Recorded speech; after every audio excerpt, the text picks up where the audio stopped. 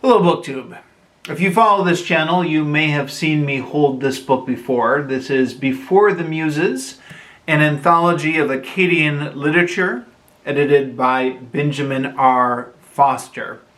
Although it's been a few months, I think it's been about 3 months since I last talked about this book. There's a few reasons for that. I've been busy with starting a new job. I've been distracted by other books, but the biggest reason was I had to return this book to the library. It was due, and I hadn't finished it, but it was due, so I returned it to the library, and then I ordered it again. So here I am, still with my library copy, but this is a new loan this time. And continuing through, I'm going to pick up just where I left off, which is what the section that this author labels the mature period of Akkadian literature. And Akkadian literature, by the way, is the language of the ancient Babylonian Empire and the ancient Assyrian Empire. And as I said in previous videos, what I'm going to try and do is make individual videos of any work in here that seems to be noteworthy.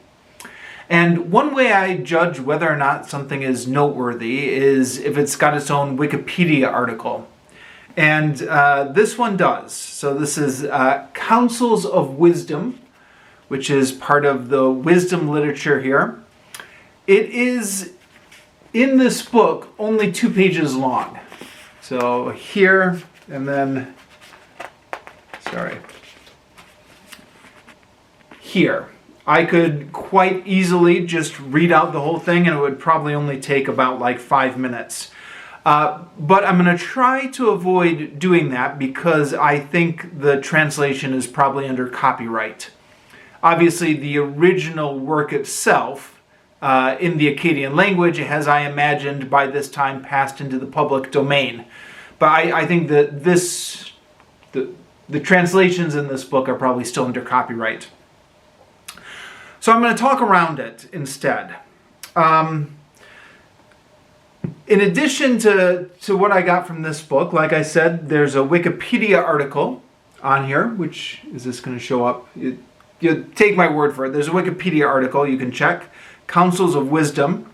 And I also found an article on this in the Electronic Babylonian Library. They've got a brief introduction, a list of all the manuscripts that this work has been discovered on. We have it not just from one manuscript, but from a lot of manuscripts, it turns out. And there's another translation here on the Electronic Babylon Library page as well, if you click off the summary article. The translation in the Electronic Babylonian Library appears to be more complete than the translation here. And I don't know what the reason for that is. There are some stanzas missing from the reprint here in this book, which are you can find in the Electronic Babylonian Library. I'll leave a link in the description down below to everything I talk about.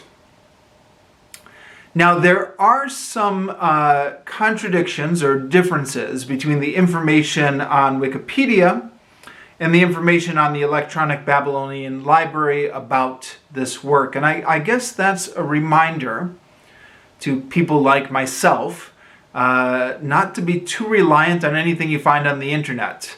I tend to be overly credulous when I'm getting something from Wikipedia or some other internet site, but yeah, they don't appear to agree on everything here. But yeah, let me try and synthesize what I have read to give an introduction to this. So this is part of Babylonian wisdom literature. Now, Babylonian wisdom literature as a genre is something I believe I first read about when reading an introduction to the Old Testament by Lawrence Boat. And Lawrence Boat, even though he was a believing Catholic, did acknowledge that since archaeological finds have unearthed a number of wisdom literature in Akkadian language, of Babylonian and Assyrian. It looks like this was a common genre of the Mesopotamia.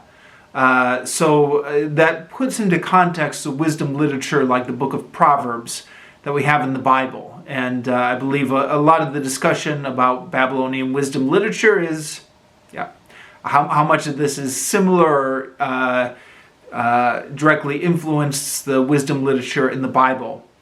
Now, according to Wikipedia, it looks like there's no one-to-one direct links. So it looks like nobody was copying Babylonian literature, wisdom literature directly when they were writing the book of Proverbs. But the general idea is quite similar. Now here's where we get into a little bit of a discrepancy here. According to the Electronic Babylonian Library, the text I'm talking about today, Counsels of Wisdom, was first translated into English at the end of the 19th century, and the last translation was in the 1960s. According to Wikipedia, a translation of extant portions of the text was published in Lambert in 1996. I believe that was W.G. Lambert's book, Babylonian Wisdom Literature. So I guess that need not be an outright contradiction.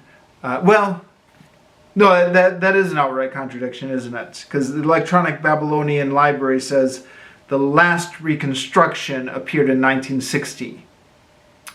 Unless reconstruction is different than translation. At any rate, that appears to be a difference. But according to the Electronic Babylonian Library, this text was widely copied. And it looks like it must have been a school assignment at one point, because there are a number of tablets that contain this text that look like it was copied down by students. Electronic Babylonian Library says it's the only Akkadian literary text that was popular both in northern and southern Babylonian schools, and it was also recovered in Assyria. It's believed to have been composed in the second half of the second millennium before Christ, but the surviving manuscripts are all from the first millennium before Christ, with the last one around 500 BC, it looks like. So I guess, that's well into the Greeks and Persian period by that point, huh?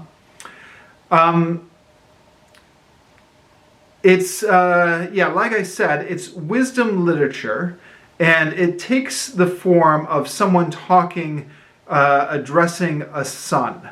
So a learned man from his wisdom, come my son, is addressed to a son. But it's, may not be a literal son. This may be like a metaphorical son, like a student or something like that. In the portions which are in here, there's a little bit more in the Electronic Babylonian Library, but not much.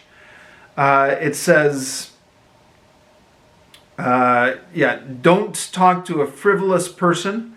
In the Electronic Babylonian Library, they translate it as gossipy person. There is some difference in the translation between the two, even though the Electronic Babylonian Library credits the translation to Benjamin R. Foster, who's the same person who's responsible for this book. So I don't know if he was just in a different mood when he translated that, or if he's using a different translation for this one. It's a little bit hard to decipher these notes here at the back. He says, I'm not sure if this is his translation or not. He does translate, he does credit another name with the text, that's W.G. Lambert again. Another name with the translation, two different names with the translation. And anyways, I'm getting bogged down here. Don't stop to talk to a frivolous or gossipy person. It says, don't stand when there's a crowd and there's a dispute, because you might get sucked into the dispute. Hold your tongue, watch what you say. Speak nothing slanderous. He says, here's an interesting one. It says, do no evil to the man who disputes with you. Requite with good the one who does evil to you. Be fair to your enemy. So according to Wikipedia, there's a biblical scholar called John Noland, who in 2005 published something in which he says this is a precursor to Jesus' command to love your enemies. And the parallels do appear to be quite obvious. I'm not sure, I've not actually read the article Wikipedia links to, or actually, sorry, read the book that Wikipedia is referencing. I'm not sure if by precursor that means if it was just something that was in the air, or if precursor means like Jesus was directly referencing this. Probably the former, huh? But anyways. So it talks about if you do good things, you'll be rewarded with the gods. If you give to the needy, the gods will be happy with that. And then there's some interesting directions here on love life. It says, you must not make a slave girl important in your house. She must not rule your bedroom like a wife, which I assume that means don't marry a slave girl. Maybe that means don't sleep with a slave girl. Or maybe that just means don't make her important. Maybe it just means what it means, huh? It means what it says. Let your people have this to tell you. The household that a slave girl rules, she will break up. Don't marry a prostitute whose husbands are legion. Probably good advice, huh? Nor a temple harlot who is dedicated to who is dedicated to a deity. Now, the version on the Electronic Babylonian Library translates this as an Ishtar girl. I guess a girl who is dedicated to Ishtar. But yeah, I guess the same thing would be a temple prostitute. So yeah, give some advice about who not to marry. And then starting in line 81, it gives advice on serving a prince.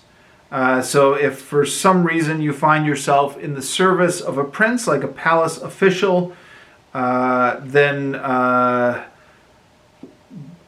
guess guard the treasures carefully contained in the palace. Something about losing stealth here. There's some good advice around lines 131 and 135 of being very careful what you say. So it says, what you say on the spur of the moment, you will still have with you later. Yeah. Boy, that's been true for me. Huh? I don't know how many times I've just blurted out something without even thinking about it. And, not even something that's recorded. Like, not something... Although I've blurted out stupid things that are being recorded as well. But, even when the camera's off and I'm just out with friends and I just say something stupid, and then even though it's not recorded, people remember what you say, right? And so you will still have with you later. So you just say it on the spur of the moment, but then it follows you for the rest of your life. So it talks about restraining your speech, thinking about what you're going to say before you say it. Good advice. For some of us, it requires some conscious effort or some practice to get there, but good advice. It talks about sacrifice and prayers. And I think if I'm reading this right, it's saying that if you sacrifice to the gods, you'll get back more than you sacrifice. So you should give free will offerings to your God, for this is meant for a deity. Prayer, supplication, and genuflection.